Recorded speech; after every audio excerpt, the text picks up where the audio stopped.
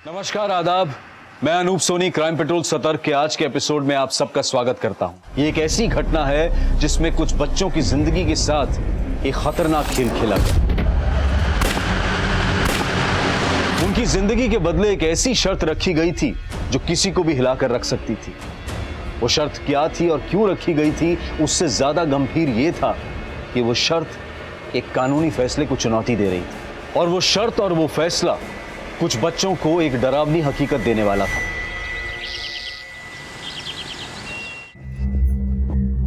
Ruby, इतनी सुबह सुबह कहाँ जा रही हो? क्यों मेरी मां बनने की कोशिश करती हो? सब कुछ बताना जरूरी है क्या? रूबी, भले ही मैंने तुम्हें जन्म नहीं दिया, पर हूँ तो तुम्हारी माँ। लेकिन आपने मेरे पापा से शादी की है, सब जानती हूँ मैं। कैसे आपकी वजह से मैंने अपनी माँ को खो दिया, and now you will pay for it. सुबह सुबह क्या हंगामा मचा रखा तुम लोगों ने? हाँ? और तुम कहाँ जा रही हो सच के? स्कूल वाले साइंस एक्सकर्शन पे ले जा रहे हैं। साइंस एक्सकर्शन में जा रही है बॉयफ्रेंड से मिलने के बस लिए? पापा, जब आप रात रात भर बाहर रहते हो तो क्या मैंने आपसे कभी पूछा कि आप कहाँ जाते हो?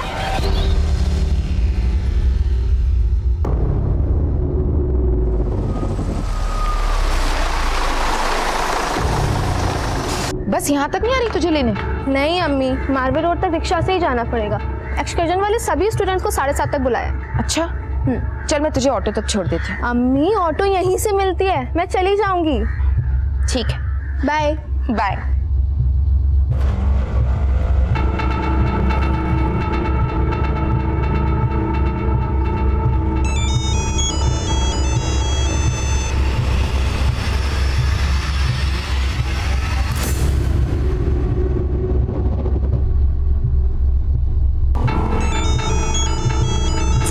रूबी, ला मैं एक बार तेरे पापा से बात कर लेती हूँ कि हम साइंस एक्सकर्शन पे ही जा रहे हैं। कोई जरूरत नहीं है। जब उन्हें अपनी बेटी पे ट्रस्ट नहीं है तो फिर मुझे भी कोई फर्क नहीं पड़ता कि वो क्या सोच रहे हैं। क्या बातें हो रही है रूबी और रिशिता? हाय मेगा, कुछ नहीं। तू बता, बाकी लड़कियां भी आने वाली थी ना? 14 गर्ल्स आनी थी ना एक्सकर्शन पे? हाँ ना यार, लेकिन सब लेट लतीफ है। कुछ लड़कियां तो फोन ही नहीं उठा रही। मेरी एक तो और नसरीन से बात हुई है, ऑन द वे आती होंगी वो लोग।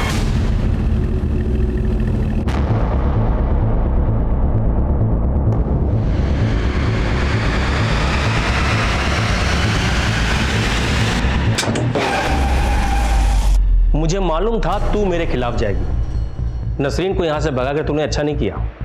अब इसकी सजा तू भी भुगतेगी और तेरी बेटी भी।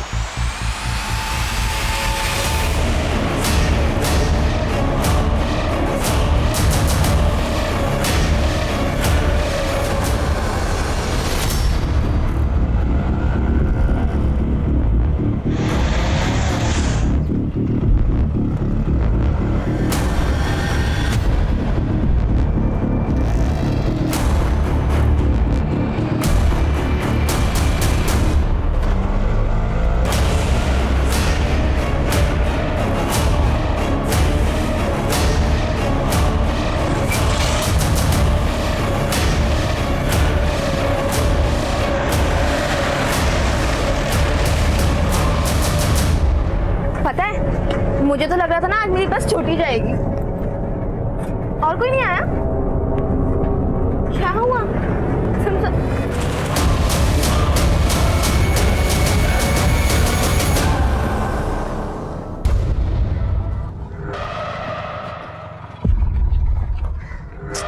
अरे मम्मी, यहाँ तो कोई भी नहीं है।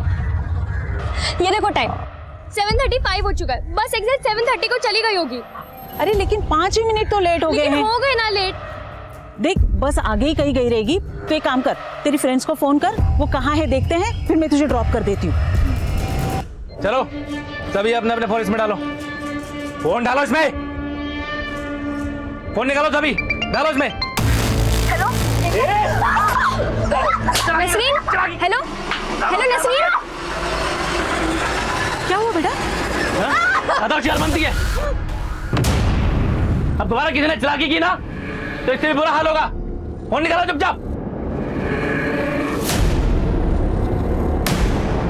फोन दो। ये कैसे चला रहा गाड़ी? गाड़ी चला रहा, जहाज उड़ा रहा है। थोड़ा धीरे चलाना, क्या तो जल्दबाजी लगी है।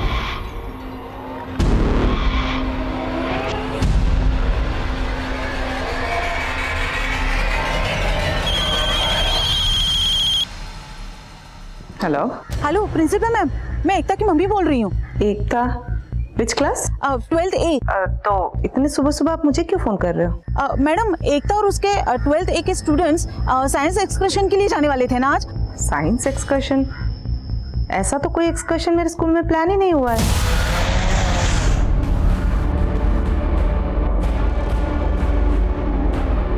ये ले, फोन तोड़ दे सारे।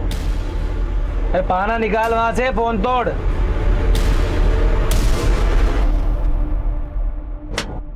अरे जोर से मारना।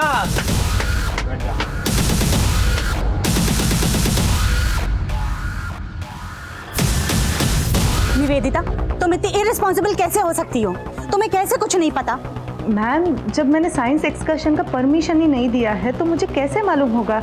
और मुझे क्या, वो 12th स्टैंडर्ड ए सेक्शन के क्लास टीचर को भी कुछ नहीं पता है। तो फिर ये एक्सकर्शन ऑर्गेनाइज किसने किया? यही तो मुझे समझ में नहीं आ रहा मैम। वो एकता को भी उस बस में कितने लड़कियां हैं ये पता नहीं है, और जिन गिन चुने लड़कियों के बारे में उसको पता है उन सबका फोन बंद आ रहा है।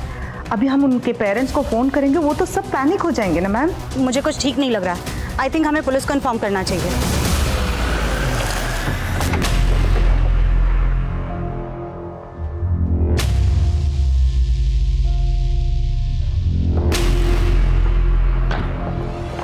जय हिंद सर।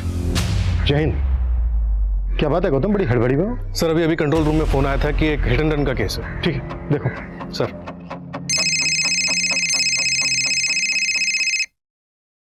हाँ सोनाली बोलो।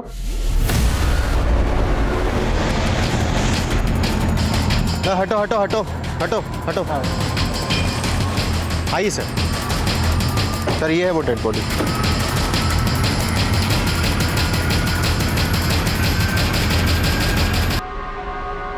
क्या हुआ इसके साथ? सर एक विटनेस ने बताया कार ने इसे टक्कर मारी और कार वाला भाग गया।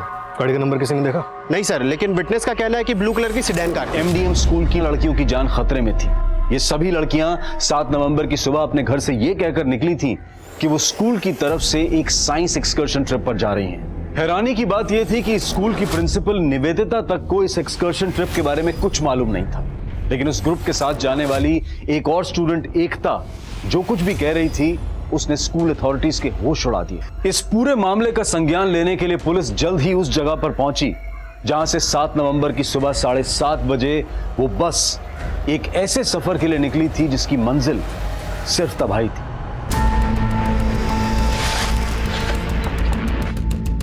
सब मैं सच कह रही हूँ। हमारी क्लास की मॉनिटर ने हम सबको बताया था इस साइंस एक्सकर्शन के बारे में, लेकिन मैं लेट हो गई। और सर, जब मैंने नसरीन को कॉल किया तो उसके रोने की आवाज आ रही थी। ऐसे लग रहा था जैसे कि कोई उसे मार रहा है। Nasreen, hello hello Nasreen. और फिर सर उसका फोन भी बंद हो गया। सर अभी नसरीन का, रूबी का, 12th A की काफी लड़कियों का फोन नहीं लग रहा है। लेकिन आप कह रही हैं कि आज आपके स्कूल की कोई साइंस एक्सकर्शन थी नहीं, और एकता कह रही है कि इनकी क्लास मॉनिटर ने सभी लड़कियों को यहाँ पर 7:30 बजे आने की इंस्ट्रक्शंस दी थी। क्या नाम बताया तुमने अपनी क्लास मॉनिटर? सर मेघा, उसी ने हम सबको बताया था इस एक्सकर्शन के बारे में। मेघा, कल तो संडे है, फिर अचानक से साइंस एक्सकर्शन कैसे प्लान हो गया? ये तो अच्छी बात है ना, घर पे संडे वैसे ही बोरिंग हो जाता है। और कल का संडे ना बहुत एक्साइटिंग रहेगा। You know, all girls trip है ना रूबी? वैसे मेघा, ये एक्सकर्शन पे जाने का वाले है?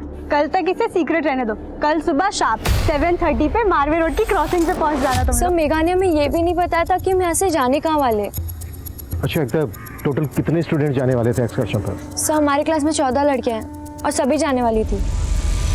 वेदिता, बस का कुछ पता चला? नहीं मैम। आप? सर, मैं वसुंधरा कश्यप, एमडीएम स्कूल की co-owner and managing director. Sir, this is really very serious matter. Please आप उस बस का पता कीजिए। सर, उस बिल्डिंग के वॉचमैन ने बताया कि सुबह यहाँ काफी लड़कियां खड़ी हुई थी जिन्हें एक बस पिक करके ले गई।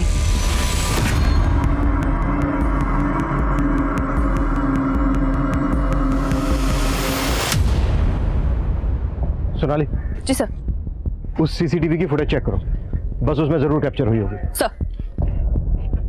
निवेदिता जी, एक बात मेरी समझ में नहीं आ रही है। जब आपके स्कूल ने आज कोई साइंस एक्सकर्शन प्लान ही नहीं किया था, तो क्लास मॉनिटर मेघा ने बाकी सब लड़कियों को कन्विंस कैसे कर दिया?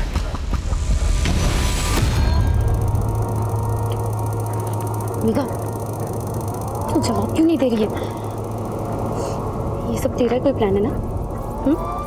उन्हें हमें फंसाया ना यहाँ पे। ए क्या रे, क्या कुछ भी चल रही है तुम्हारी?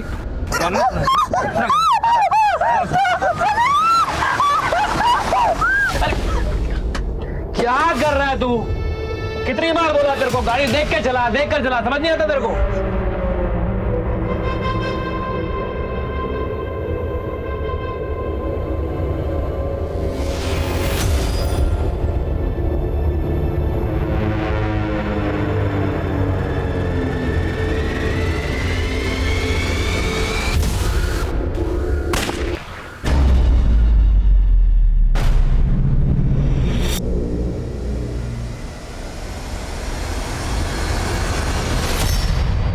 ये बस आपके स्कूल की है?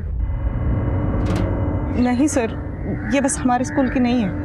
अच्छा, इनमें से वो क्लास मॉनिटर मेघा कौन सी है जिसने बाकी सब लड़कियों को आने के लिए कहा? सर ये मेघा है और ये बाकी लड़कियां 12th की स्टूडेंट्स हैं सर। इसमें मेघा के अलावा 5 लड़कियां हैं और एकता ने बताया था कि 12th में 14 लड़कियां हैं और सबकी सब जाने वाली। सर आप प्लीज जल्दी से पता कीजिए ना कि ये मैटर क्या है।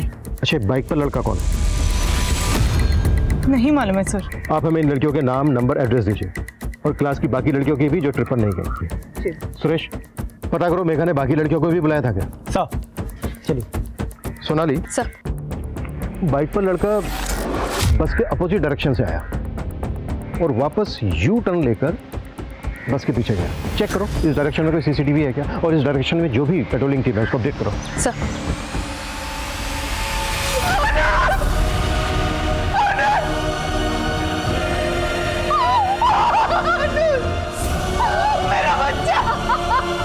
देखिए, अनुज को यहाँ से कुछ दूर वल्लभ रोड पे एक ब्लू कलर के सेडान कार ने टक्कर मारी थी। देखने में तो ये हिट एंड रन का केस लग रहा है, लेकिन क्योंकि अनुज सिविल कोर्ट के आदमी थे तो हो सकता है कि उनकी किसी के साथ कोई दुश्मनी हो। क्या आपको किसी पे शक है? मेरी कुछ समझ में नहीं आ रहा, मेरा बेटा ऐसे कैसे चला गया? बता सकती हैं कि इतनी सुबह को अनुज उस तरफ क्या करने गए थे? मेरा बेटा रोज सुबह 6 बजे जॉगिंग के लिए जाता था। रात 1-1 बजे तक कानूनी किताबें पढ़ते रहते हो, सुबह जल्दी उठ जाता है। नींद नहीं पूरी हुई ना तो सेहत बिगड़ जाएगी तेरी। अरे माँ, मैं बिल्कुल फिट हूँ और वैसे भी इंसान को 4 घंटे की नींद चाहिए होती है बस। इंसान के लिए ना शादी भी जरूरी है। मैं मानती हूँ कि जिस लड़की से तू शादी करना चाह रहा था उससे तेरी शादी नहीं हुई, मगर अब क्या पूरी जिंदगी बिना शादी के गुजार देगा? अरे मेरी प्यारी माँ, अब मेरी शादी करने की उम्र नहीं रही और तुम बेकार में टेंशन लेती हो। हमेशा माँ को बहला देते हो। जा महेश, जिस जगह पे एक्सीडेंट हुआ है वहां पे कोई सीसीटीवी कैमरा नहीं थे, लेकिन हमें कैसे भी करके उस ब्लू कार को ढूंढना होगा।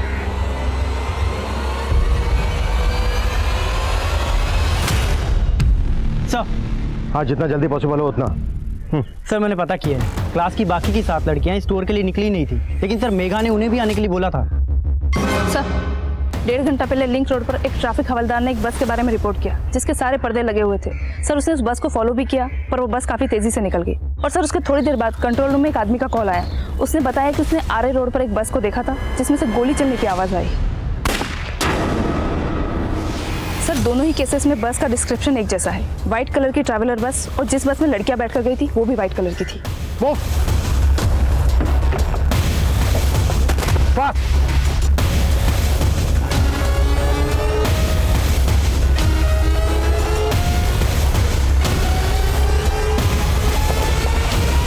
ये तो वही बस है,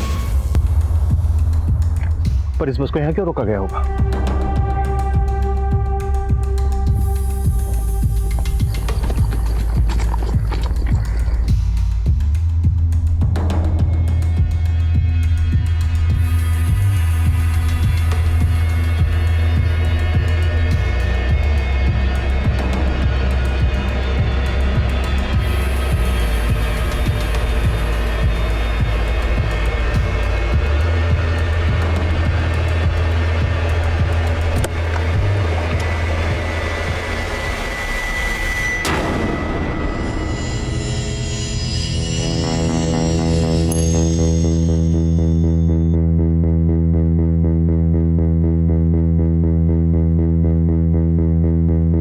सर ये तो मेघा है। वही क्लास मॉनिटर जिसने बाकी लड़कियों को एक्सकर्शन पे बुलाया था। वो भी स्कूल की बिना जानकारी के। और अब इस मेघा का ही मर्डर कर दिया गया। चल चल चल चल चल अंदर चल जल्दी, ले जा सबको अंदर चल।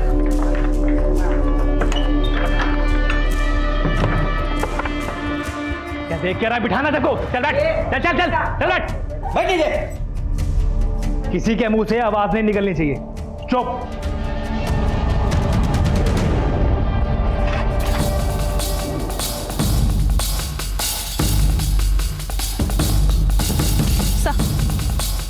कुछ ही दिन पहले इंटेलिजेंस ने कुछ टेररिस्ट के शहर में छुपे होने की इंफॉर्मेशन पास आउट की। सर, जिस तरह खुलेआम चलती सड़क पर गोली चलाई गई, कहीं ये किसी टेररिस्ट एक्टिविटी से जुड़ा हुआ मामला तो नहीं?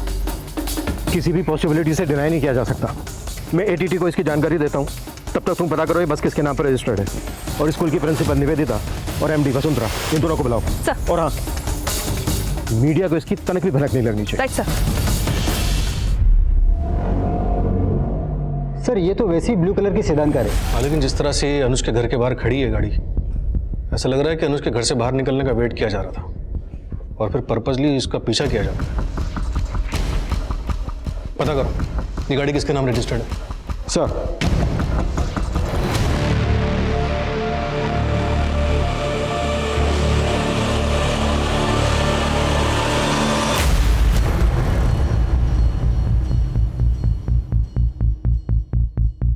अभिमन्यु, उस बस में तुम्हें कोई ऐसा क्लू मिला जिससे तुम्हें लगता है कि ये मामला टेररिस्ट से जुड़ा हो सकता है? फिलहाल तो नहीं, लेकिन इसकी पॉसिबिलिटी, इसीलिए मैं आपको इसकी जानकारी दे रहा हूँ। उन शूटर्स के चेहरे किसी सीसीटीवी में कैप्चर हुए? नहीं सर, लेकिन एक बाइकर है जो बस को फॉलो कर रहा था। मारवे रोड के आगे जो क्रॉसिंग है उसके सीसीटीवी में बाइक और बस दोनों कैप्चर हुए। उस फुटेज में बाइक का नंबर विजिबल है। बस के साथ साथ हम ये भी मालूम कर रहे हैं कि बाइक किसके नाम पर रजिस्टर्ड है।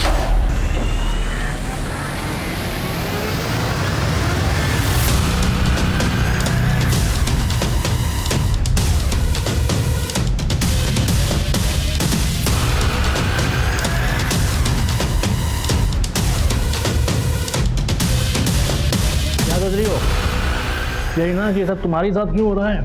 तुम्हारी क्या गलती थी? बस यूँ समझ लो ये तुम्हारी बदकिस्मती है और इन दोनों की किस्मत। मैं तो मतलब डरिया हूँ। इस वारदात का असल मंसूबा पुलिस की सोच से भी परे था, लेकिन उनका यह अंदाजा कि यह कोई आतंकवादी हमला था, क्या यह अंदाजा सही था या यह मामला बंधक बनाई गई उन स्टूडेंट्स में से किसी एक का निजी मामला था, या फिर यह मामला मेघा के किसी राज से जुड़ा था जिसने इन सभी लड़कियों को एक साथ जोड़ा था? क्या मेघा का मर्डर उसके इस राज पर पर्दा डालने की कोई कोशिश थी? सवाल कई थे, लेकिन फिलहाल पुलिस को सिर्फ एक का जवाब मिला था। वो बस जिसमें लड़कियों को बंधक बनाकर रखा गया था, वो एक ट्रैवल एजेंसी को बिलोंग करती थी। मैडम, यही है वो अजिंक्य जिसने वो बस बुक करवाई थी। इस बस के साथ तुम्हारा कोई ड्राइवर गया होगा? हाँ मैडम, गया था ना, गणपत नाम है उसका।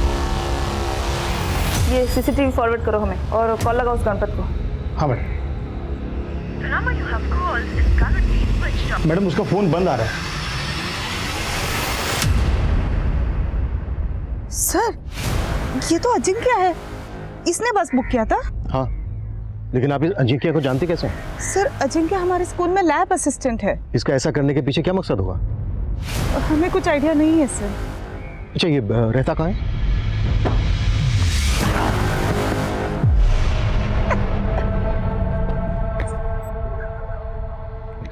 अरे इतना भी क्या सोच रहा है तू? सब तेरी तो है, कौन सी पसंद है उठा ले। मुझे तो ये जख्मी बिल्ली पसंद है।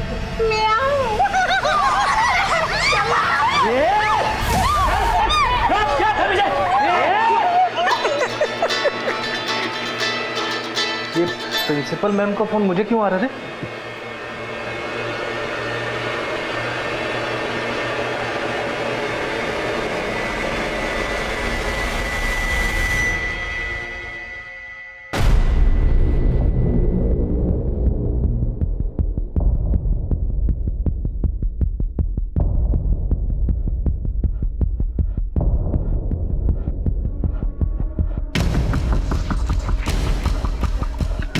सर, अजिंक्य फोन नहीं उठा रहा है सर। लेकिन हम श्योर हैं वो घर के अंदर ही है। हमारे कांस्टेबल ने कंफर्म किया है, घर का दरवाजा अंदर से बंद है। लड़कियां भी घर के अंदर ही हैं, उनकी चीखने की आवाज़ें आ रही हैं। लेकिन मेरी ये समझ में नहीं आ रहा है कि अजिंक्य लड़कियों को अपने घर ही क्यों लेकर आया। यार तू क्यों रुका हुआ है? सैटरडे बार गेम चालू कर अपना सब।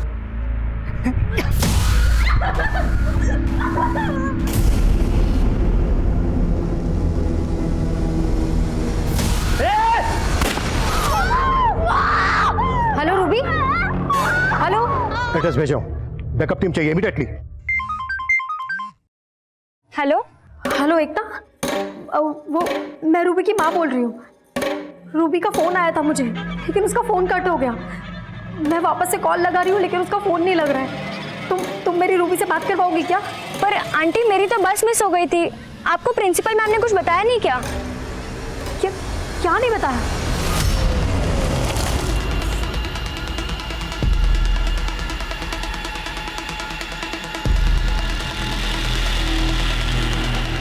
अरे साहब हमको क्यों लेके जा रहे हैं? सर वो बाइक वाला लड़का दानिश जो बस का पीछा कर रहा था, हाँ सर उसे अरेस्ट कर लिया है। मैंने अजिंक्य और दानिश की फोटोग्राफ एटीटी को भी भेजी, लेकिन वहाँ से अभी तक कोई ऐसा क्लू नहीं आया कि इनका संबंध एंटी सोशल ऑर्गेनाइजेशन से भी हो सकता है। एक काम करो, कुट्टो दानिश को पता करो, दानिश का अजिंक्य से कोई कनेक्शन है क्या? अगर है तो मकसद पता करो।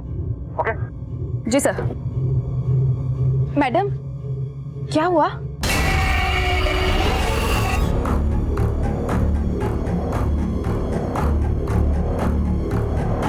अजिंक्य गोडमोले, मैं तुम्हारी प्रिंसिपल निवेदिता देशमुख बोल रही हूँ। हम जानते हैं कि तुम इस वक्त अंदर हो। पीछे चल, सभी पीछे, वरना बच्चे को गोली मार दूंगा। पीछे। वाह प्रिंसिपल मैडम, आप भी पहुंच गई पुलिस के साथ। अजिंक्य, ये क्या हो रहा है? गोली क्यों चली थी? मैडम ये खेल अभी बहुत लंबा चलेगा। आखिर तुम चाहते क्या हो? बर्गर। क्या? 10 बर्गर चाहिए अभी के अभी, वरना सभी बच्चों को गोली मार दूंगा।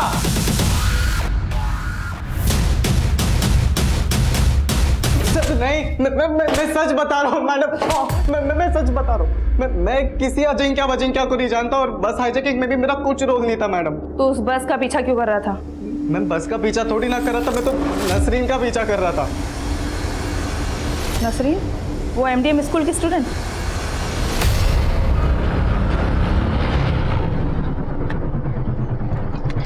कहाँ जा रही है? आपको मतलब? ए नसरीन, अदब से बात कर, तेरा होने वाला शोरूम है। मुझसे निकाह करने के सपने देखना आप बंद कर दो। अच्छा चल घर चलते को अब्बू के सामने ही सुधारता, आजा। नसरीन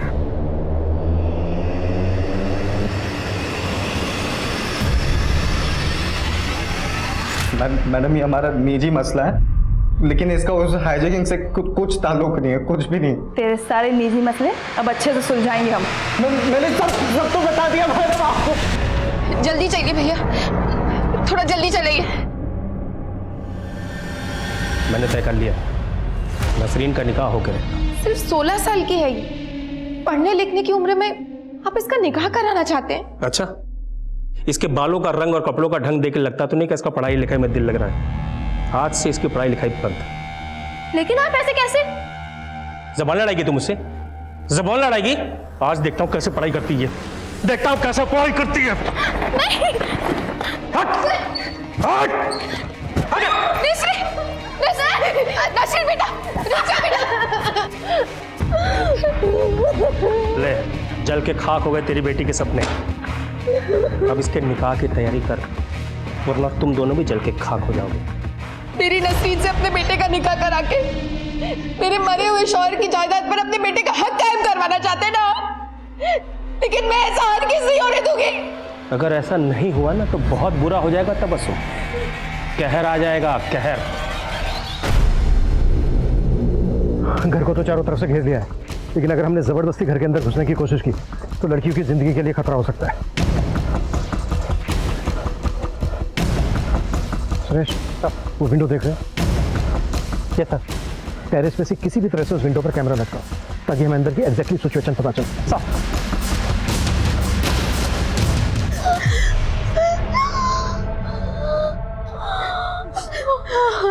क्या जी क्या भाई, मुंह झूठा करवा के भूख बढ़ा दिया आपने। गोश्त कब खिलाओगे? अपने हिस्से की भूख अभी और बढ़ा ले, तब तक हम चोर पुलिस खेल ले। चल जा, क्यों निकल? हाँ? देखो कितनी पुलिस है बाहर। हाँ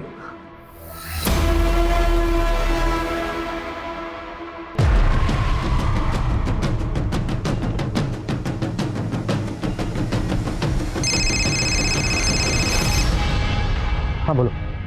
सर वो दानिश कुछ उगल नहीं रहा है सर। सरप्राइजिंग ये है कि वो नसरीन को अपनी मंगेतर बता रहा है। तो माइनर लड़की उसकी मंगेतर? हाँ सर, मेरी नसरीन की अम्मी से भी बात हुई, लेकिन सर वो इस रिश्ते के खिलाफ थी। सर वो दानिश का बाप इफ्तिखार, उसका कुछ पता नहीं लगा है, लेकिन मैं ढूंढ रही हूँ उसको। कैमरा लग गया।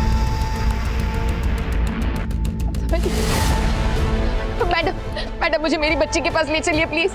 देखिए तबस्सुम जी, मैं आपकी हालत समझ सकती हूँ। नहीं मैडम, आप मेरी हालत नहीं समझ सकती। मुझे बस उस जगह ले चलिए जहाँ मेरी बच्ची है। मैं खुद बचा दूंगी उसे। तबस्सुम जी, मैं आपको वहाँ नहीं ले जा सकती। हम पूरी कोशिश कर रहे हैं उसको लेकर आने की। आप बिल्कुल चिंता मत करिए। मैं रूबी की माँ हूँ। मेरी बेटी मिली क्या आपको? कहाँ है वो?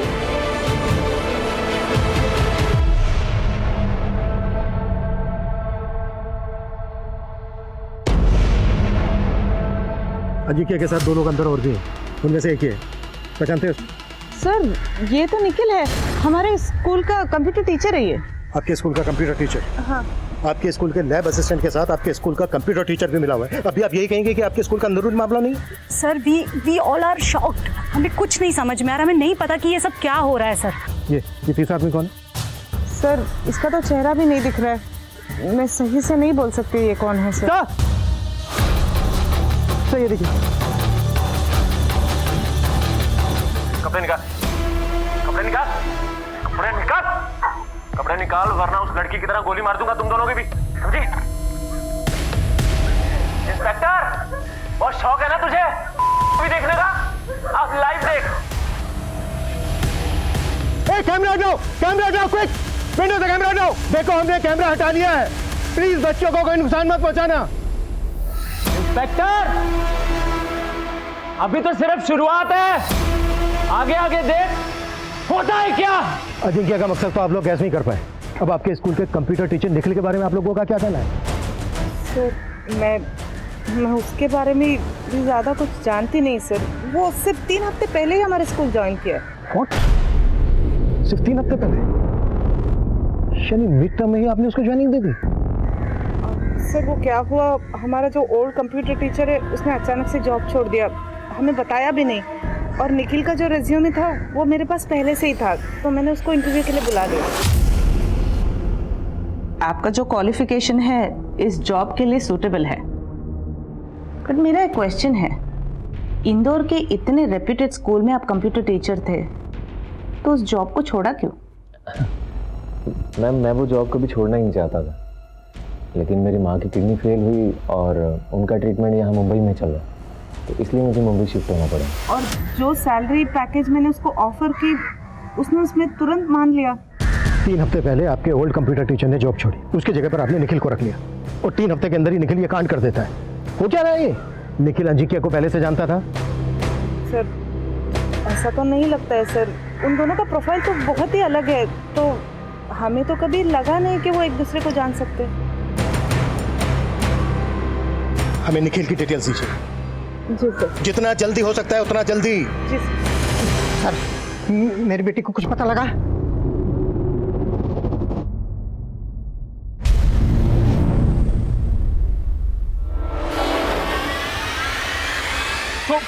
तू चाहता है मैं तेरे बेटे की सिफारिश करूं, जबकि तू मेरी बेटी की जिंदगी खाक करना चाहता था।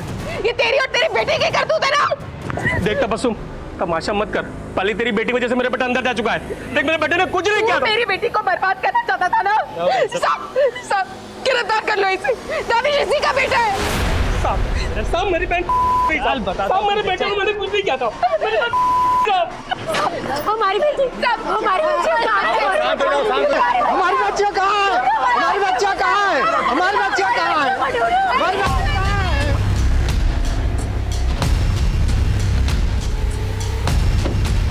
सर एक इन्फॉर्मेशन मिली, वो गाड़ी उसने अजिंक्य को बेची थी, उसके पास डिलीवरी नोट भी है, लेकिन अभी तक गाड़ी के पेपर अजिंक्य के नाम पे ट्रांसफर नहीं हुए। तो अजिंक्य का अनुज सक्सेना के मर्डर में भी हाथ? निखिल, तूने तो बोला था कुछ ही घंटों में ये काम खत्म हो जाएगा, और उसके बाद हम ये शहर से बाहर निकल जाएंगे। शाम होने को है, पुलिस ने चारों तरफ से घेर रखा है, यहाँ से बाहर कैसे निकलेंगे? आगे का प्लान? अरे उस बस में मर्डर करना ही नहीं चाहिए था, ना वो बस छोड़ना पड़ता और ना यहाँ फंसते। इस चक्कर में गोश्त खाने ही नहीं मिला। अरे तुम लोग अभी मेरा प्लान समझे ही नहीं। अब मैं कुछ ऐसा धमाका करूंगा ना कि पुलिस खुद हमें बाहर का रास्ता दिखाएगी। अरे रुक जाइए, आप अंदर कहाँ जा रही सर ये सरोजनी कश्यप नहीं और she is the owner of the school and मेरी माँ और वो सचिन कचदेवा जी स्कूल के ट्रस्टी हैं। हेलो निखिल, अजिंक्य, मैं वसुंधरा कश्यप, हमारे स्कूल की मैनेजिंग डायरेक्टर। अरे मैडम, हमारे तो ऐसे बोल रही है जैसे हमारा हिस्सा हो उसमें। हाँ, तुम्हारी क्या मांगे हैं? कितना पैसा चाहिए तुमको? अरे पैसा नहीं चाहिए, तो क्या चाहते हो तुम? सच सुनना चाहता हूं मैं। इस झूठ भरी दुनिया में सब लोग झूठ बोलते हैं। आज मैं तुम लोगों से वो सच उगलवाना चाहता हूं जो तुम लोगों ने दुनिया से छुपाया है। मैं 3 तक गिनती गिनूंगा, एक एक करके अपने गुनाह कबूल करो, वरना मैं एक एक करके इन लड़कियों को मारना शुरू कर दूंगा। 1 नहीं, रुको, जो तुम बोलोगे हम सब वो करेंगे, बस प्लीज गोली मत चलाना। तो इस स्कूल से जुड़े हुए सारे लोग अपना गुनाह कबूल करना शुरू कर दो। निखिल भाई, मैं सचिन सचदेवा, मैंने एक बार अपने दोस्त से 5,000 रुपए उधार लिया था, लेकिन मैंने आज तक उसको वापस नहीं किए। चुप सच के देवा, ये कॉफी शो चल रहा है क्या? गुनाह समझ में नहीं आता? मर्डर, लूट, रेप, मैं करके बताऊं गुनाह?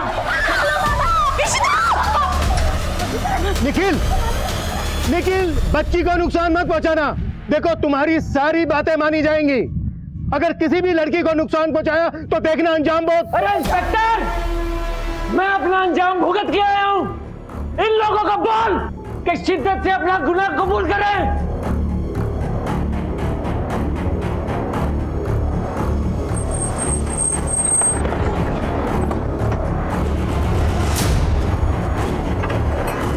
ताला तोड़, लाइट ऑन करो, तलाशी लो एक एक चीज की।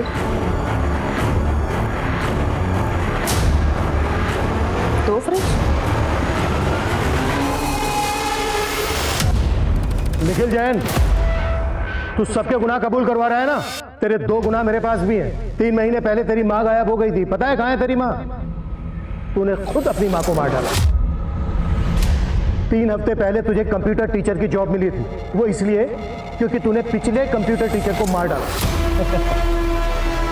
अरे वाह इंस्पेक्टर, आखिर मेरे घर भी पहुंच ही गए। हाँ, और रेफ्रिजरेटर भी चेक कर लिया, लेकिन मेरे कलेजे के अंदर जो ठंड जमी पड़ी है वो नहीं जानना चाहोगे? देखो निखिल, हम तुम्हारी सफाई सुनने के लिए तैयार हैं, लेकिन पहले उन बच्चियों को छोड़ दो।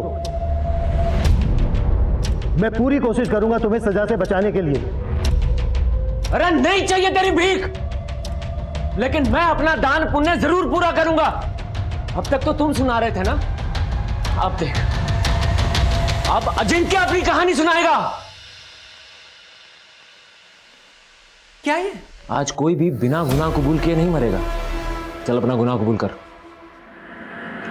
चल चल चल, बता, सच बता, चल बोल। मैंने स्कूल की माइनर लड़की को अपने प्यार के जाल में फंसाया था। पर सर, मैं बाकी स्टूडेंट्स को झूठ नहीं बोल सकती। देखो मेगा, क्या फर्क पड़ता है, तुम और मैं तो साथ में है ही ना, बाकी सब भी घूम लेंगे। पर सर, मेघा जैसा कह रहा हूं ना वैसा करो, वरना तुम जानती हो मैं क्या कर सकता हूं।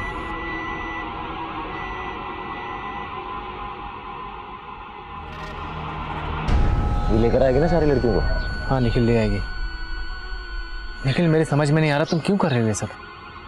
देख, जितना बोल रहा हूँ उतना कर, वरना तेरा और मेघा का वीडियो है मेरे पास। अजिंक्य बहुत बड़ा कमीना इंस्पेक्टर, लेकिन यहां एक भेड़िया और भी है, वीरेंद्र दास। प्रिंसिपल वीरेंद्र दास तो याद है ना? चल चल, वीरेंद्र दास इसी स्कूल का पुराना बस ड्राइवर, इसको जाना था जेल, लेकिन स्कूल की रेपुटेशन बचाने के लिए इसके गुनाह सारे माफ कर दिए गए। चल बोल। मैं एक स्कूल की बच्ची के साथ गलत काम किया करता था। पैसे और बच्चों के लालच में ये मेरे साथ आया। अंदर 3 लोग थे, एक को गोली लगी थी, बचे 2, दोनों आपस में इंगेज है। सही मौका है। अजिंक्य, मैं भी एक कन्फेस करना चाहता हूँ। मैंने तुझे गन तो दी लेकिन उसमें गोली नहीं है यार।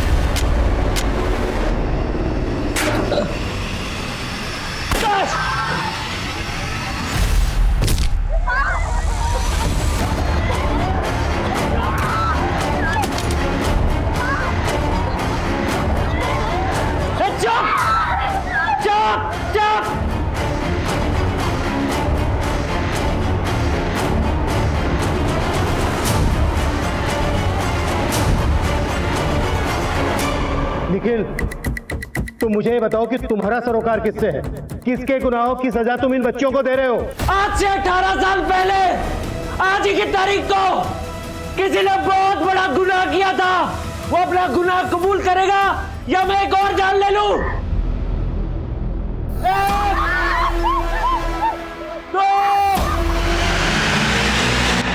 अपना गुनाह कबूल करो वरना अभी भी 5 जाने बाकी है। 1 2 नहीं विक्रांत, मैं जानती हूँ तुम निखिल नहीं हो, विक्रांत हो। विक्रांत विक्रांत को तो तूने 18 साल पहले ही मार दिया था वसुंधरा, और तुम्हारे उस गुनाह में अनु सक्सेना भी शामिल था।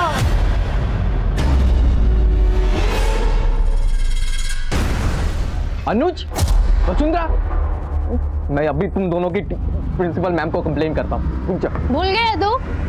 प्रिंसिपल मेरी मॉम है, समझा? शिकायत तो मैं तेरी करूंगी। तूने मेरी बेटी के साथ ऐसी हरकत की? मैम वसुंधरा झूठ बोल रही है, मैंने ऐसा कुछ भी नहीं किया है। नहीं मम्मा, मैं झूठ नहीं बोल रही, झूठा तो ये है। यस मैम, ये सच बोल रही है, झूठ तो ये बोल रहा है। अगर मैं वहां नहीं होता तो पता नहीं है वसुंधरा के साथ क्या करता। अनुज भी झूठ बोल रहा है। मैंने पिछली बार भी तुझे स्कूल में फिल्म देखते हुए पकड़ा था, तभी मैंने तुम्हें सिर्फ वार्निंग दी थी, लेकिन अब मैं पुलिस में जाऊंगी। उस सजा ने उस विक्रांत को तभी मार दिया था। जुवेनाइल कोर्ट ने भी मेरी बात पे भरोसा नहीं किया, मेरे खिलाफ एक झूठा फैसला सुना दिया, और सजा के बाद मुझे एक झूठा नाम दे दिया निखिल, और बोला कि अपनी नई जिंदगी शुरू करो।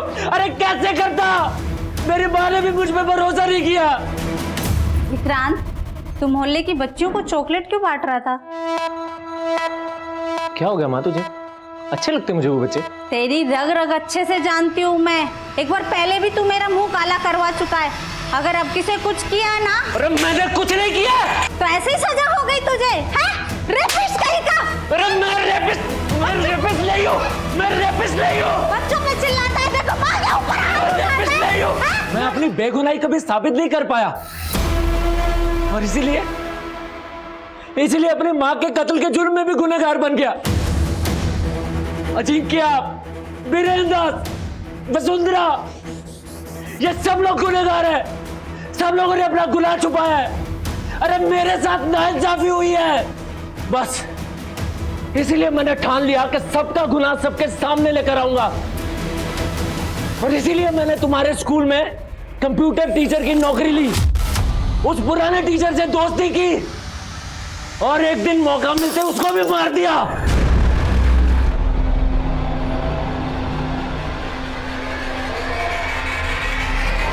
वसुंधरा कश्यप, आज से 18 साल पहले जिस अनु सक्सेना के साथ मिलकर तूने मुझे सजा दिलाई थी, अरे सजा तो उसने तुझे दी है। अरे बोलती है या चलाओ गोली? हाँ, अनुज ने मुझे धोखा दिया था। रुक मत। अनुज ने मुझे प्रेग्नेंट करके छोड़ दिया था, तब मैं माइनर थी, पर मैंने फिर भी अपनी बच्ची को जन्म दिया। दुनिया की नजर से उसको दूर रखा। और तेरी बेटी तेरे स्कूल में 12th A की स्टूडेंट है ना? बहुत महान काम किया तूने वसुंधरा कश्यप। अब मुझे नहीं पता कि तुझे पता है या नहीं पता है, लेकिन अनु सक्सेना से तेरा बदला मैंने ले लिया है। आज सुबह ही उसका काम तमाम कर दिया है।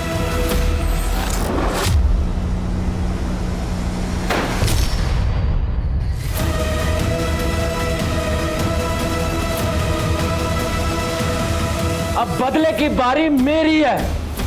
अब तेरी रेप चाइल्ड तुझे यह बताएगी कि रेप होता क्या है।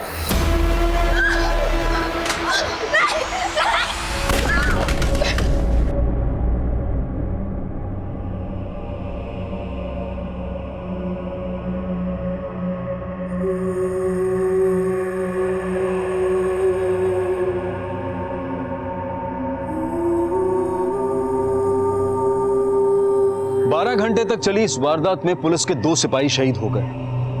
लैब असिस्टेंट अजिंक्य और बस ड्राइवर बीरेन निखिल और विक्रांत के हाथों मारे गए, लेकिन निखिल पर वार करना पुलिस की मजबूरी बन गई थी। इलाज के बाद निखिल भी रिकवर हो गया, लेकिन वो लगातार यही दावा करता रहा कि 18 साल पहले उसके खिलाफ सुनाया गया वो फैसला एक गलत फैसला था, लेकिन इससे उसके द्वारा किए गए निर्मम अपराध सही नहीं ठहराया जा सकता। अगर वसुंधरा ने निखिल पर झूठा रेप चार्ज लगाया था तो उसकी बेटी इशिता और बाकी माइनर लड़कियों के साथ निखिल ने जो ज्यादती की उसे भी किसी रूप से सही नहीं ठहराया जा सकता। लेकिन सवाल यह भी उठता है कि अगर निखिल बेकसूर था तो उसकी मां ने कभी उस पर भरोसा क्यों नहीं किया। हालांकि निखिल स्कूल में फिल्म देखते हुए पकड़ा गया था।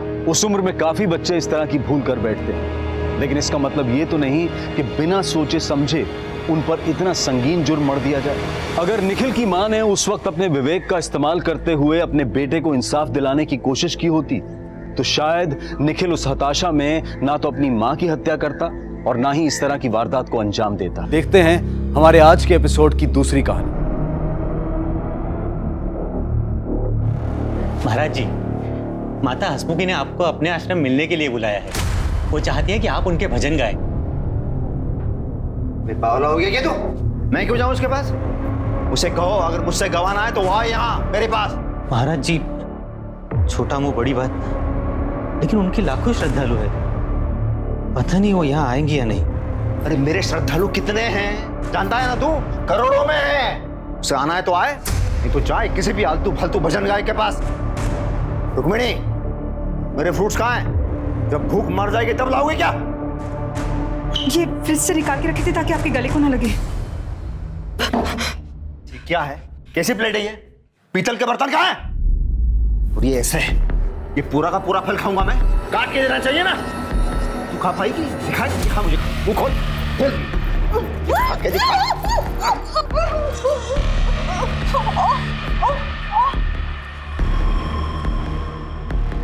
महाराज जी लाइए, मैं इन्हें काट के पीतल के बर्तन में लेके आता हूँ।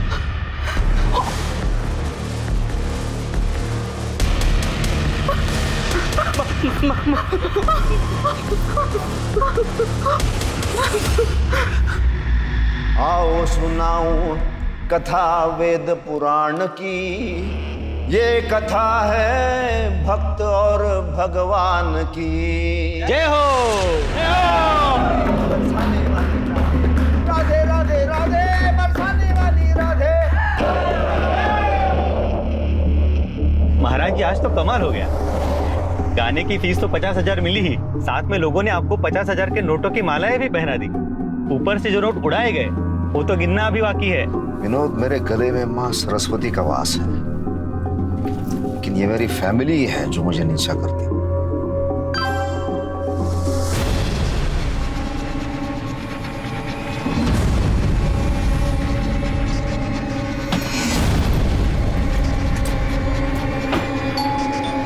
तो वेट, मैं देखती हूँ।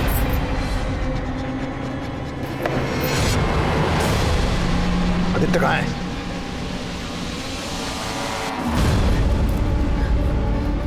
मेरे प्रशंसक ने भेजा है, फैन ने ये वीडियो।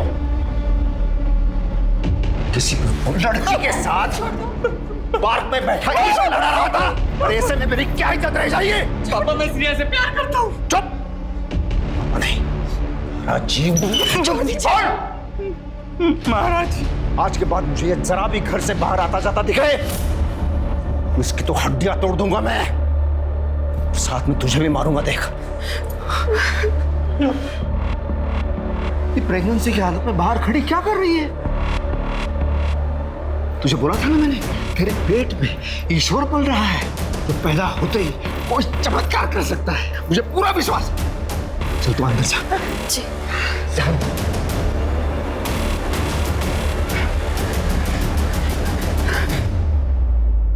केशव महाराज एक प्रचलित भजन गायक थे। लोग उनकी गायकी से इतने प्रभावित थे कि समय के साथ साथ उन्हें भगवान स्वरूप समझने लगे। लेकिन भगवान के गीत गाते गाते उनका अहंकार हुंकार भरने लगा और वो अपने आप को समझने लगे आज का भगवान।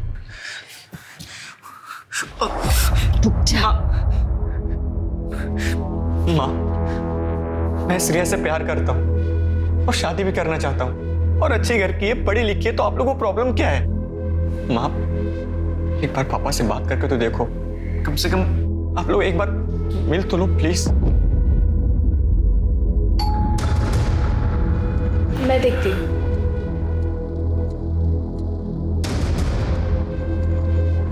एक मिनट, तू क्यों आ गई दरवाजा खोलने के लिए? मैंने तुम्हें बताया था ना, जब तक ये पैदा नहीं हो जाता इसे दुनिया की नजरों से बचा के रखना है। चल अंदर।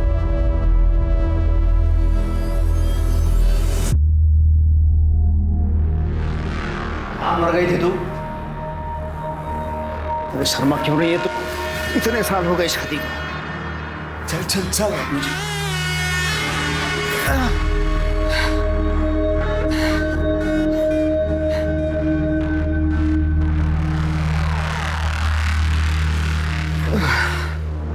सुनो,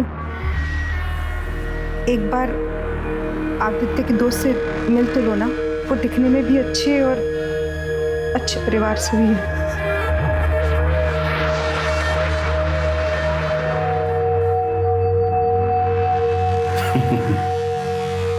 तू भी कम नहीं है, अच्छी तरह जानती है महाराज से कब कैसी और क्या डिमांड करनी चाहिए।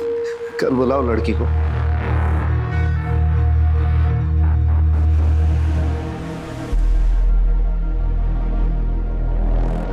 हाय। अरे बेटा आ गई। नमस्ते आंटी जी। नमस्ते, आ जाओ।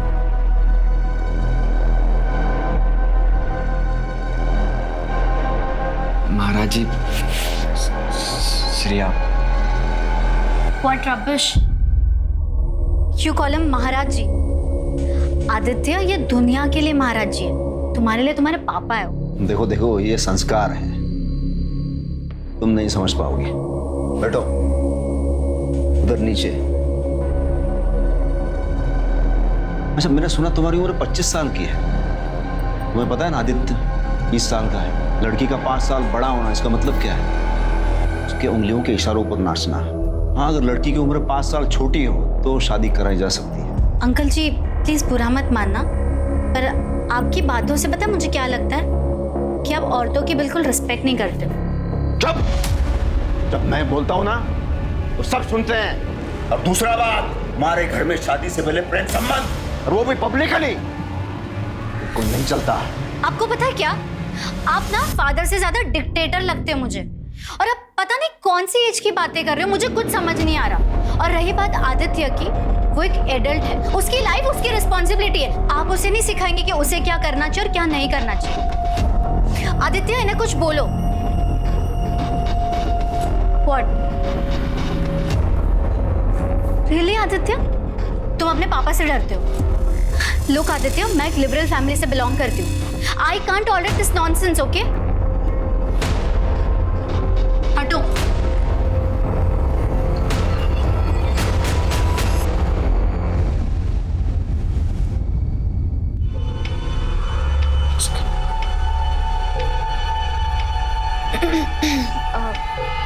महाराज जी, श्रेया को अपनी गलती का एहसास हो गया है। वो आपसे माफी मांगना चाहती है। महाराज जी, वो फोन पर है। महाराज जी मुझसे गलती हो गई, मैं आपसे मिलके माफी मांगना चाहती हूँ। आज शाम को आ जाओ।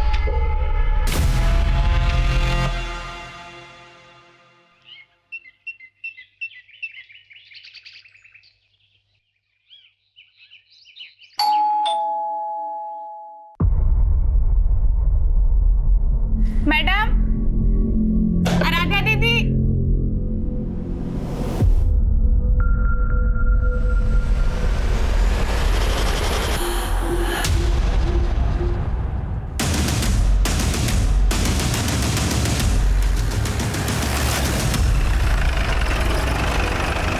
सब मैंने फोन किया था, मैं कब से घंटी बजा रही थी, कोई खोल नहीं रहा था। ये देखो। मिश्रा, दरवाजा खोलो अंदर से। सर। सर।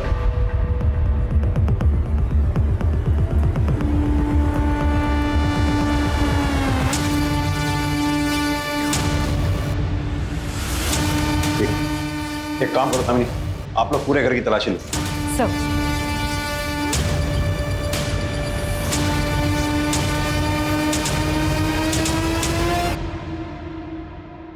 सर ये तो भजन सम्राट केशव महाराज है। जानता हूँ। पेट पे स्टैब किया गया है, गला काटा गया है और उस औरत का भी गला काटा गया। ब्रूटल मर्डर से सर। मिश्रा, मुझे लगता है ये औरत इनकी वाइफ। दोनों बॉडीज को पोस्टमार्टम के लिए भिजवाओ। सर।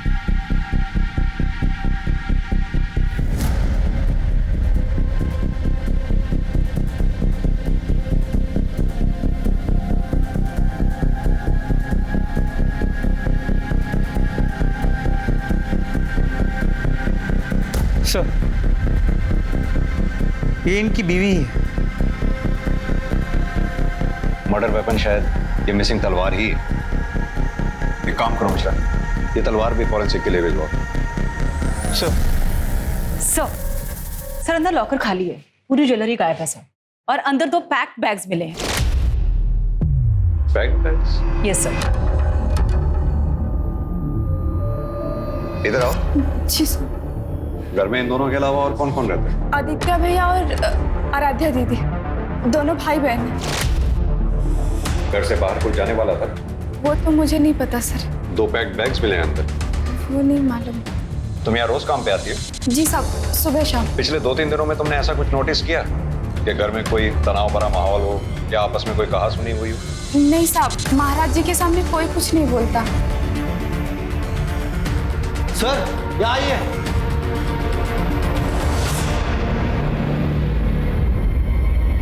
ये देखिए सर। घर में तो 4 लोग रहते हैं मिश्रा, प्लेटें 5 हैं, यानी कोई 5वां शख्स था जो बाहर से आया था। सर ये भी तो मुमकिन है कि 4 लोगों ने 5 प्लेट्स में कुछ खाया हो। सिंह, ये सारी प्लेट्स फॉरेंसिक के लिए भिजवाओ। सर। तुम्हारे पास फैमिली में से किस किस का कॉन्टैक्ट नंबर है? रुक्मिनी मैडम और आराध्या दीदी का। मिश्रा, इन दोनों के कॉल रिकॉर्ड्स निकलवाओ। इनके कॉल रिकॉर्ड्स में से बाकी फैमिली मेंबर्स के भी कॉन्टैक्ट मिल जाएंगे। सर इस केशव महाराज का नंबर तो इंटरनेट पे भी अवेलेबल। तुम इनके अलावा इनके किसी रिश्तेदार को भी जानते हो? जी साहब, रुक्मिनी मैडम का एक भाई है, सुनील।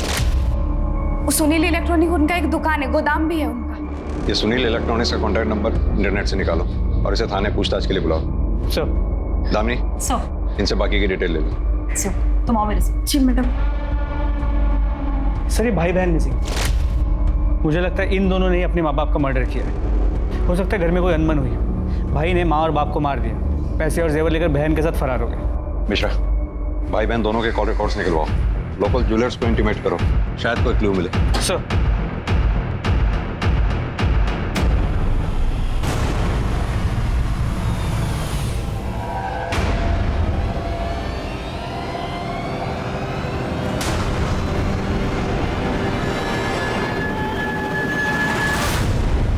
सर केशव महाराज और उसके फैमिली मेंबर्स के फोन नंबर्स मिल गए, लेकिन फिलहाल 4 नंबर्स बंद है। उन्हें सर्विलांस पे डालो। सर केशव महाराज के घर से जांच पड़ताल के लिए बहुत सारे डॉक्यूमेंट्स कलेक्ट किए हैं, उसमें ही नोटरी के पेपर्स मिले। ये तो कैंसिलेशन ऑफ डीड है। इसके मुताबिक केशव महाराज ने अपनी 3 दुकानें अपने brother in law Sunil Sharma को चलाने के लिए दी थी, जिन्हें वो इमीडिएटली वापस लेना चाहता था। सर केशव महाराज और उसकी बीवी रुक्मिनी की मर्डर का मोटिव ये हो सकता है? सर मैंने केशव महाराज के साले सुनील शर्मा को बुलाया, वो बाहर बैठा है। सर ये कैसे और क्या हो गया सर? हाँ? ये तो आप हमें बताएंगे कि क्या हो गया। सर आप जैसा सोच रहे वैसा कुछ नहीं है। अरे मेरे जीजा जी के बहुत बड़े एहसान है मुझ पर। गांव से मुझे बुला लिया उनका बिजनेस संभालने के लिए। वो जितना एक्सपेक्ट कर रहे थे उतना तो पैसा नहीं दे पा रहा था उन्हें। सर धंधा बहुत मंदा चल रहा था, इसलिए वो मुझसे गोडाउन भी ले रहे थे वापस। लेकिन हमें जो पता लगा है, केशव महाराज जी की एक कैंसिलेशन डीड है, जिसके मुताबिक वो अपने 3 गोडाउन जिन्हें तुम खरीदना चाहते थे वो तुम्हें बेचने को तैयार नहीं थे, इमीडिएटली वापस लेना चाह रहे थे। अच्छा, तू चाहता है ये दुकान और गोडाउन में तुझे बेच दूं? हाँ। तो धीरे धीरे करके इसके पैसे चुका देगा। तेरे माथे पे क्या लिखा है? अरे आप गुस्सा क्यों हो रहे हैं? देखिए आपने जब दुकान और गोडाउन दिए थे तब तो वो खाली थे, मैंने धंधा जमाया। और वैसे भी आपको कोई इंटरेस्ट नहीं है ना, आप अपने भजन कीर्तन का जो बिजनेस खुला है वो चलाते रहिए। आपने जिस भाव में दुकान और गोडाउन खरीदे उसी भाव में मैं खरीदूंगा। जीजा जी रोकड़ा दूंगा, रोकड़ा। लौट और निकल यहाँ से। और आगे की सारी बातें मेरा वकील करेगा अब तेरे साथ। तुम्हें उन्होंने बेचा नहीं, इसलिए शायद तुमने उनका कत्ल कर दिया। अरे नहीं सर, मेरी बहन का घर है, मैं उसका घर उजाड़ूंगा, उसे मार डालूंगा। क्या बोल रहे हो सर? और मुझे देख के आपको लगता है मैं ऐसा कुछ कर पाऊंगा? हमें क्या लगता है क्या नहीं, इस बात को छोड़िए। ये बताइए कि आपके दोनों भांजा और भांजी आदित्य और आराध्य इस वक्त कहाँ हैं? कहाँ छुपाया हुआ है उनको इस वक्त? छुपाया? अरे भांजी तो अजमेर में गर्ल्स कॉलेज में पढ़ती है। लेकिन हमें पता चला है कि वो यहीं थी, अजमेर में नहीं। क्या? हाँ, मेट से हमें पता लगा है कि वारदात की रात रुक्मणी पुजारी और आराध्या सूटकेसेस पैक करके कहीं जाने वाले थे। कहाँ जाने वाले थे? सर जाने वाले थे? सर मुझे जितना पता है भांजी अजमेर में कॉलेज में पढ़ती है और दीदी ने कभी बताया नहीं वो कहाँ जाने वाली थी। तुम्हें क्या लगता है ये दोनों बच्चे आदित्य और आराध्या क्या अपने माँ बाप का कत्ल कर सकते हैं? अरे भांजी का तो पता नहीं सर, पर ये आदित्य है ना बहुत इनोसेंट है। हाँ, जीजाजी से नाराज जरूर था। जब वो भजन नहीं ठीक तरीके से गाता था तो जीजाजी बहुत टॉर्चर करते थे उसे। कितनी बार बोला है मैंने प्राणायाम कर, लेकिन तू नहीं करता है। अरे ऐसे थोड़ी बनते हैं भजन सम्राट, उसके लिए रियाज करना पड़ता है। रुक, तो ऐसे नहीं मानेगा। विनोद माचिस दे। महाराज नहीं ऐसे चिल्लाने से तेरी आवाज खुलेगी। इसके अलावा कुछ नहीं मालूम मुझे सर, कुछ नहीं। ठीक है, अभी तुम जा सकते हो, जरूरत पड़ी तो फिर बुलाएंगे। बिल्कुल सर। मेरे जीजाजी की गाड़ी मिली आपको? घर पे नहीं है क्या? तुम्हारे जीजाजी की गाड़ी भी थी? हाँ सर। मिश्रा, इनसे गाड़ी की डिटेल्स लो और आसपास के police station, patrolling team, police नाका जितने भी हैं सबको अलर्ट कर दो। गाड़ी किसी भी सूरत में शहर से बाहर नहीं निकलनी चाहिए। सर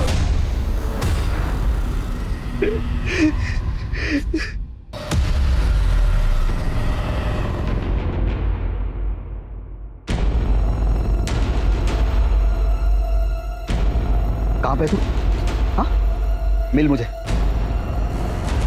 मैंने कहा ना मिल मुझे, दिल्ली के बाहर निकलना है मुझे, जल्दी मिल। यानी कि दोनों की हत्या का समय सुबह 3 से 5 बजे के बीच में ही है और हत्या किसी धारदार हथियार से हुई होना। वो ये हथियार वही तलवार है जो केशव महाराज के घर से दीवार पे से गायब है। सर, इस रिपोर्ट में एक सरप्राइजिंग बात यह है कि केशव महाराज के खून में काफी ज्यादा मात्रा में शराब पाई गई है। What? यानी कि कातिल को इस बात का आभास था कि केशव महाराज ने उस वक्त शराब पी हुई होगी और जब उसने महाराज को मारा इसी आपाधापी में रुक्मणी पुजारी जाग गई, जिसकी वजह से वो भी मारी गई। सर 100% ये काम उन भाई बहन का ही है। ये महाराज अपने बेटे को टॉर्चर करता, गुस्से में बेटे ने माँ बाप दोनों को मारा। मिश्रा, अगर तुम्हारी बात मैं मान भी लूं तो मुझे ये बात समझ में नहीं आती कि आराध्या के पास क्या मोटिव हो सकता है इन सबके पीछे। तो हो सकता है कि ये भाई बहन आपस में काफी अटैच्ड है। भाई अपनी बहन को छोड़ के जा नहीं सकता था, इसलिए अपने साथ ले गए। ये केशव महाराज के घर के आसपास कोई सीसीटीवी वगैरह मिले क्या? नहीं सर। एक काम करो, ये नौकरानी करुणा से एक बार दोबारा बात करो, शायद कोई नई बात सामने आए। जी सर। और वो गाड़ी के बारे में कुछ पता चला? सर हमारी टीम्स को बता दिया है, लेकिन अब तक कोई इन्फॉर्मेशन नहीं मिल पाई। तलाश जारी रखो उसकी। जी सर।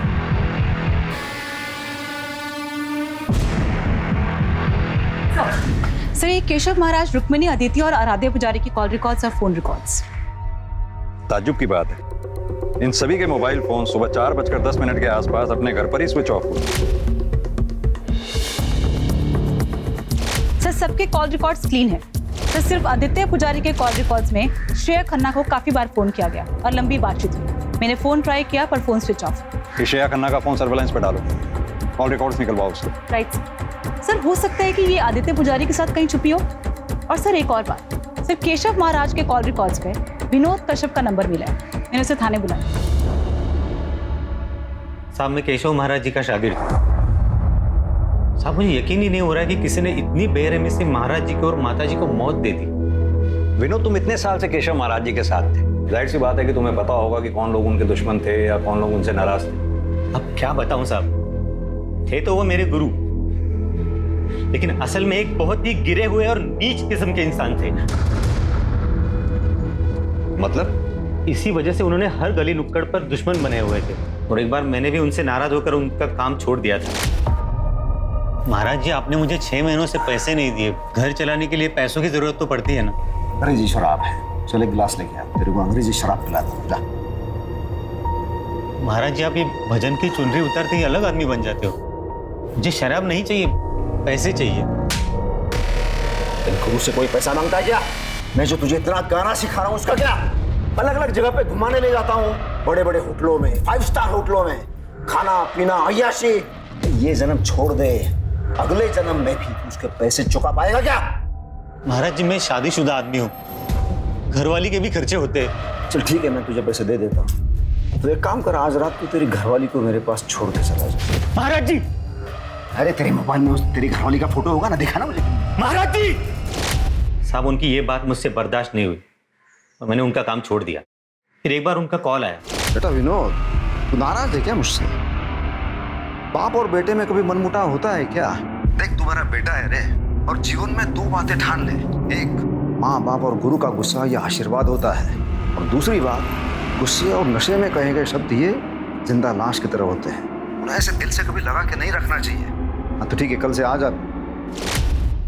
साहब, मैं 3 सालों से इस लाइन में उनके साथ जुड़ा हुआ था। हम दोनों को एक दूसरे की आदत सी पड़ गई थी, तो सब मुझे भी दूसरा कोई काम आता नहीं था। तो जैसे ही उन्होंने मुझसे माफी मांगी, मैं फिर से उनके साथ जुड़ गया।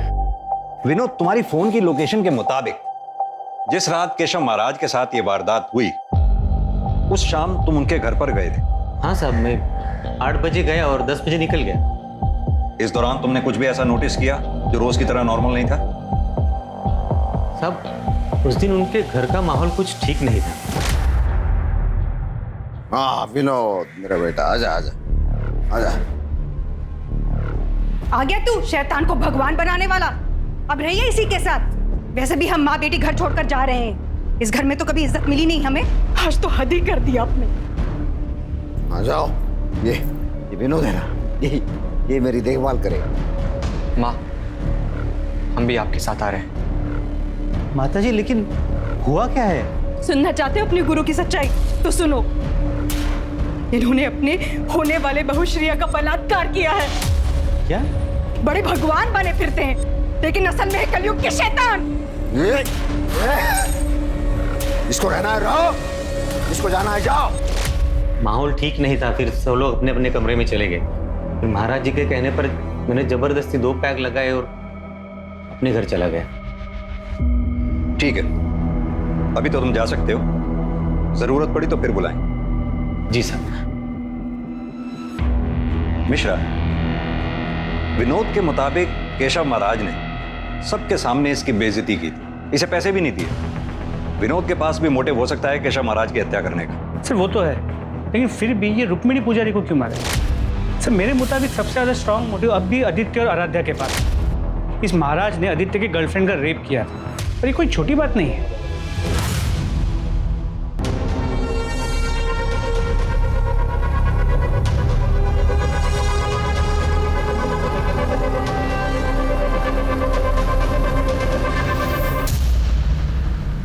मैडम, श्रेया का फोन ऑन हुआ है। उसका फोन अभी गुरुग्राम से दिल्ली ट्रैवल कर रहे हैं। ठीक है।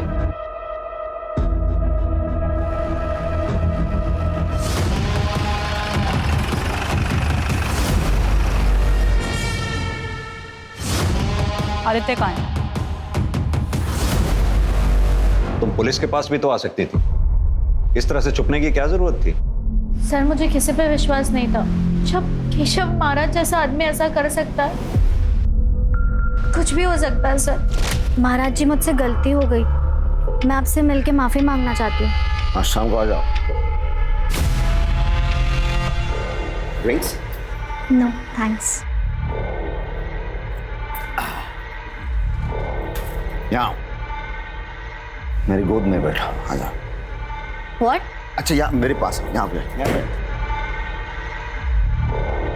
इसका मतलब आपने मुझे माफ कर दिया है? हाँ, माफ कर दिया। आदित्य कहाँ है? सर मैंने बोला ना, मुझे नहीं पता।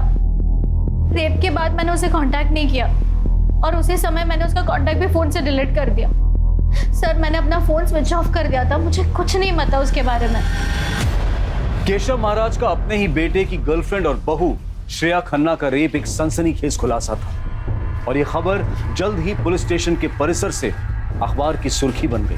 केशव महाराज, जिसे लोग ईश्वर का सेवक समझकर पूछते थे, अब उसकी छवि पर एक प्रश्न चिन्ह लग चुका था। ऐसे में पुलिस की चुनौतियां कहीं से कम होती नजर नहीं आ रही थी, क्योंकि अपराधी खुलेआम घूम रहा था और हाई प्रोफाइल केस होने की वजह से मीडिया, पब्लिक और सीनियर्स का दबाव बढ़ता जा रहा था।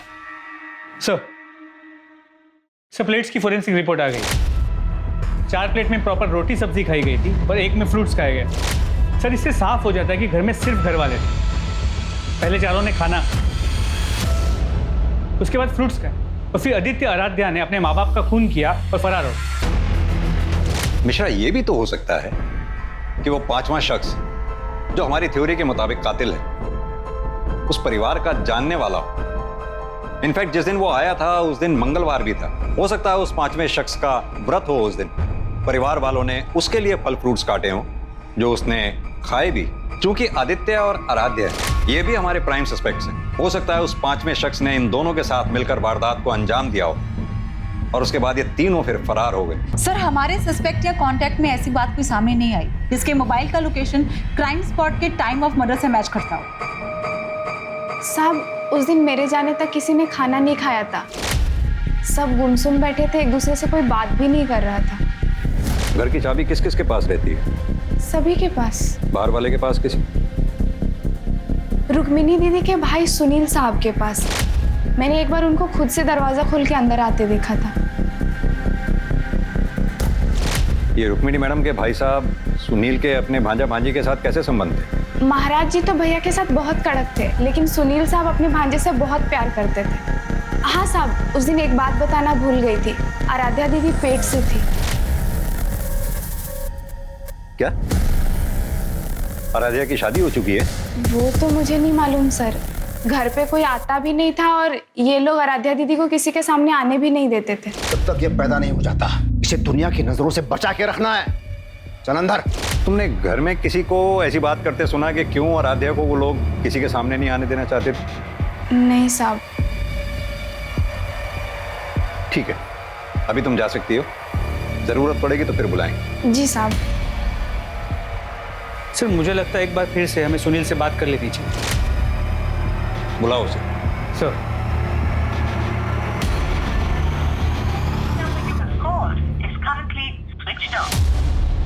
सर, उसका फोन स्विच ऑफ आ रहा है। उसकी दुकान और गोडाउन दोनों जगह चेक करो। सर।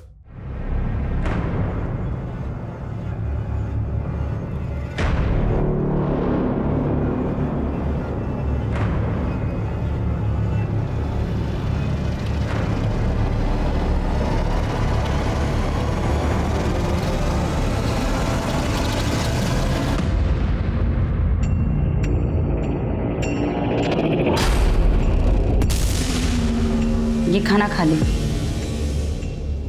भूख नहीं है मुझे। देख, ये तेरे लिए नहीं, इसके लिए। अच्छा।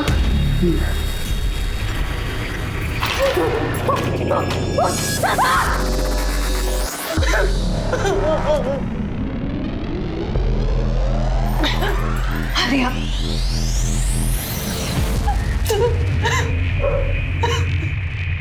सर, सुनील अपने घर पे नहीं है। उसके बिल्डिंग के वॉचमैन ने बताया कि 3-4 दिन पहले वो अपनी गाड़ी लेके कहीं चला गया, वापस लौटा नहीं।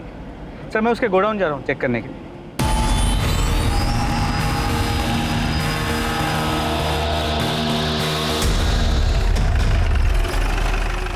अरे क्या हुआ साहब?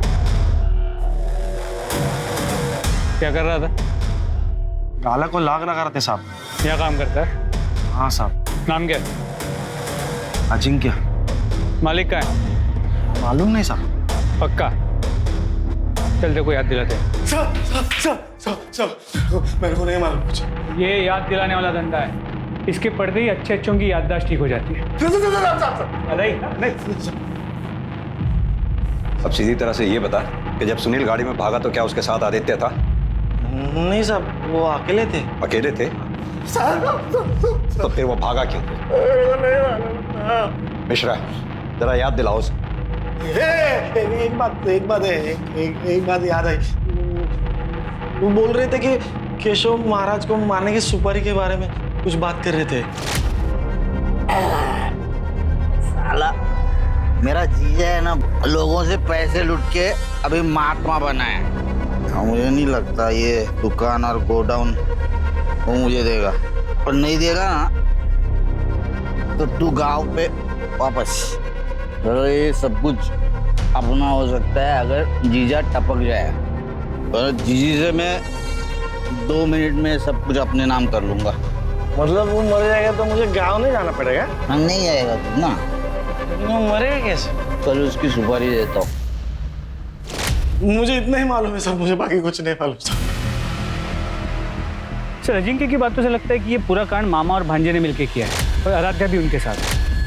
सर कहीं ऐसा तो नहीं कि इस मर्डर का कनेक्शन आराध्या के प्रेगनेंसी के साथ हो? मैंने आस पड़ोस में बातचीत की है सर, किसी को आराध्या के बारे में नहीं मालूम कि वो उसी घर में रहती थी, ना ही उसकी शादी और ना ही उसकी प्रेगनेंसी के बारे में। ये आराध्या, आदित्य और सुनील, इन तीनों को ढूंढने की मुहिम तेज करो। सुनील का फोन सर्विलांस पे डालो, उसकी बैंक स्टेटमेंट निकालो, पता करो क्या कोई मोटी ट्रांजैक्शन किसी सुपारी किलर के साथ हुई है क्या। Right sir.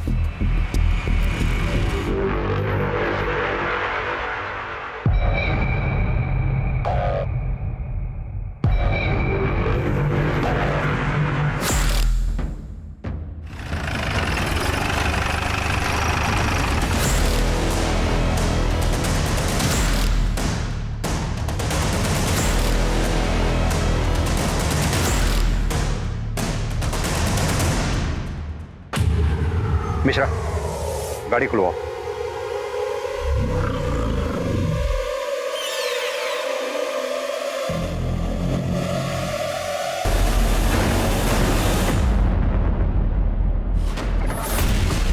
सर जिसे हम कल्प्रिट समझ रहे थे वो तो विक्टिम निकला। मिश्रा, गाड़ी के अंदर भी अच्छी तरह से चेक करो। जी सर।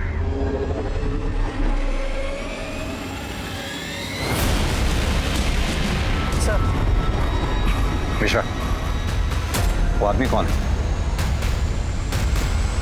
बात सुनो। हाँ सर। तुम यहीं रहते हो? हाँ सर। ये क्या है? गाड़ी का कवर है ये? तुम्हारे पास कहाँ से आया? ये गाड़ी खड़ी है साहब, उसी पे था। मैंने निकाला था, लेकिन दूसरे दिन किसी ने डाल के चला गया वापस। किसने डाला? देखा तुमने? नहीं साहब। मिश्रा,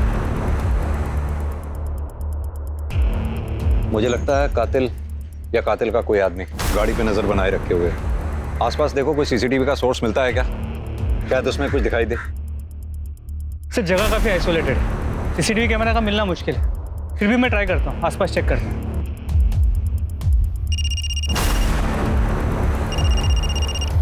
हाँ दामिनी। सर सुनील का पता चल गया, वो कहीं सोनीपत पे छिपा बैठा था।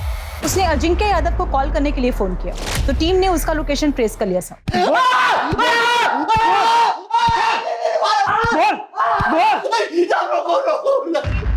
साहब मैंने पहले ही बता दिया था आपको। दिया था।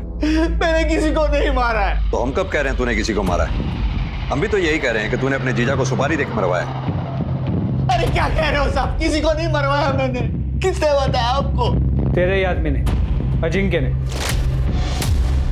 अरे वो उसके सामने में नशे की हालत में कुछ पक गया होगा, वही आके आपको बता दिया।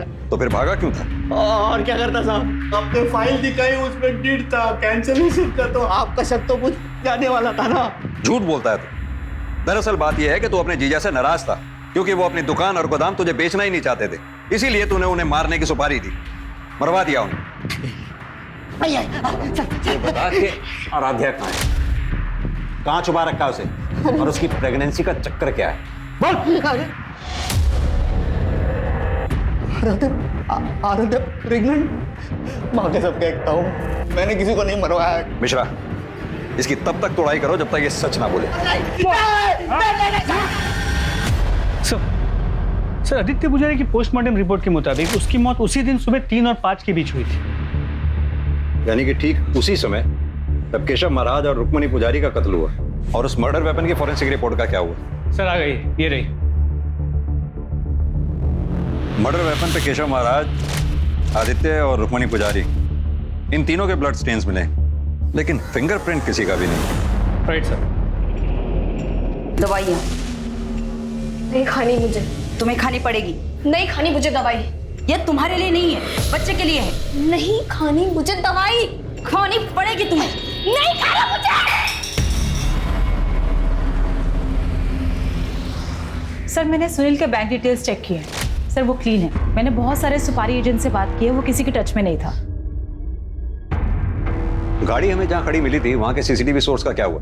सर वहाँ तो कोई सीसीटीवी कैमरा नहीं मिला, लेकिन उस लोकेशन से करीब 900 मीटर दूर एक सीसीटीवी कैमरा है। तो प्रॉब्लम क्या है? सर एक्चुअली वो एक घर में लगा हुआ है और घर का मालिक शिरडी गया है, 2 दिन बाद आएगा। जैसे ही आ जाए पता करो। मुजरिम अपनी जुर्म की हुई जगह पे बार बार विजिट करता है, ये जानने के लिए कि कहीं उसके जुर्म के बारे में किसी को कुछ पता तो नहीं चला। नेक्स्ट टाइम वो जब भी स्पॉट पे आएगा कैमरा में कैद हो जाएगा, फिर उसके मोबाइल की डिटेल से सब क्लियर हो जाएगा। सर मुझे आराध्या पर पूरा शक लगता है। सर कहीं उसकी मिस्टीरियस प्रेगनेंसी बाकी लोगों की मौत का कारण तो नहीं बनी?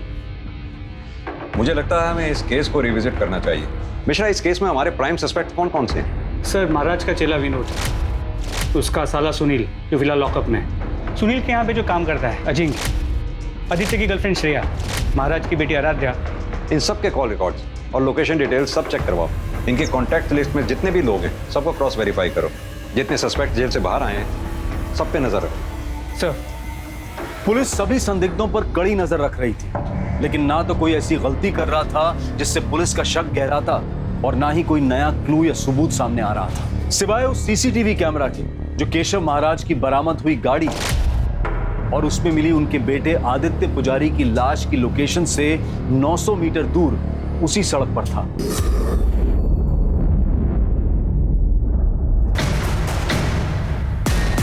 ये यहां क्या कर रहा है? मिश्रा, उठा के लाओ। सर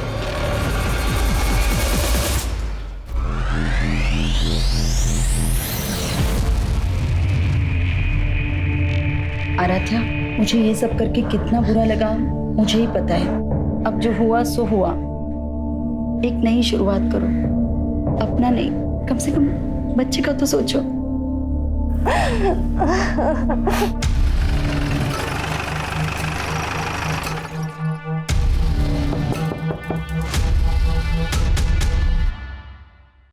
मैं देखती हूँ दरवाजे पे कौन है।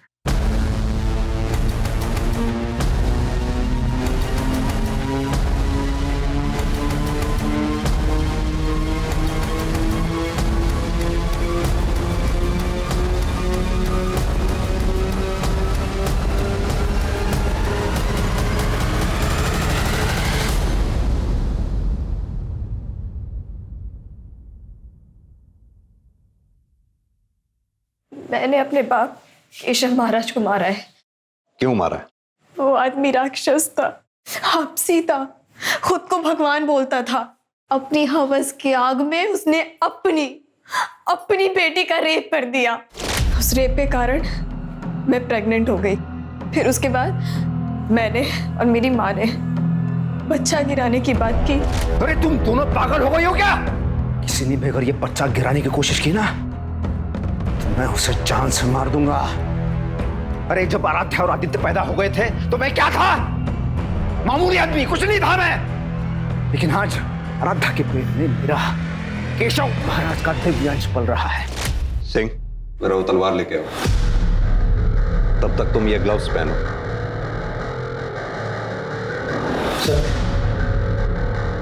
इस तलवार को पकड़ो और चला के दिखाओ कैसे तुमने अपने माँ बाप का कत्ल किया।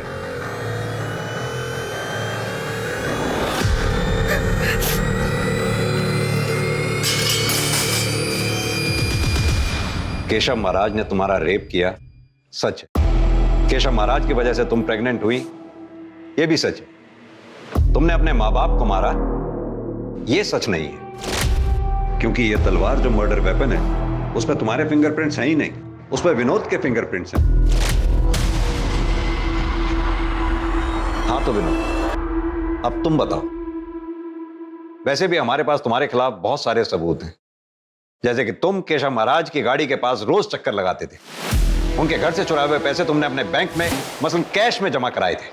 अब तुम बताओगे कि या आगे की कहानी भी मैं ही बताऊं?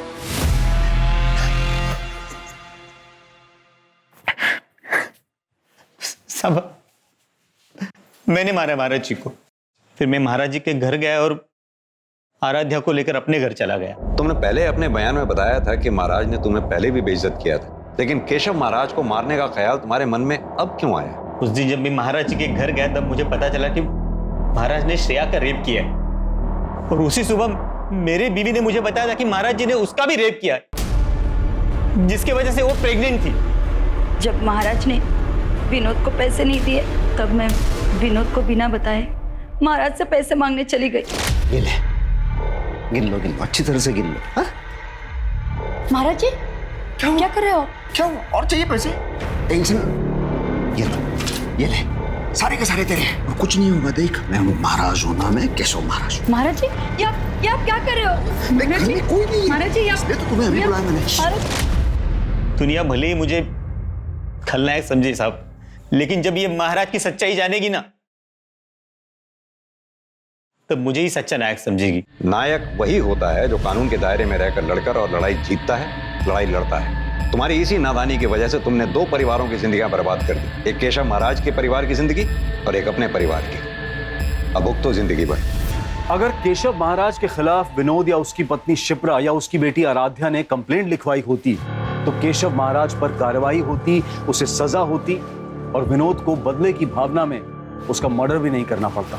केशव महाराज के दुष्कर्म उसके आसपास मौजूद हर इंसान के लिए सबसे बड़ी दस्तक थे, लेकिन या तो उससे डरकर या फिर समाज के डर से सबने उस पर पर्दा डाल दिया। जुर्म के खिलाफ सतर्क रहना, चुप रहने की बजाय कानून के दायरे में रहते हुए जुर्म के खिलाफ एक्शन लेना समझदारी भी है और समझदार नागरिक का कर्तव्य भी। अब मैं अनूप सोनी आपसे विदा लेता हूं, फिर मुलाकात होगी क्राइम पेट्रोल सतर्क में एक और नए केस के साथ। तब तक अपना और अपने परिवार का ख्याल रखें, सतर्क रहें, सुरक्षित रहें और देखते रहें क्राइम पेट्रोल सतर्क। जय हिंद। क्राइम पेट्रोल के और भी दिलचस्प कहानी देखने के लिए हमारे चैनल को सब्सक्राइब करें और बेल आइकॉन दबाना न भूलें।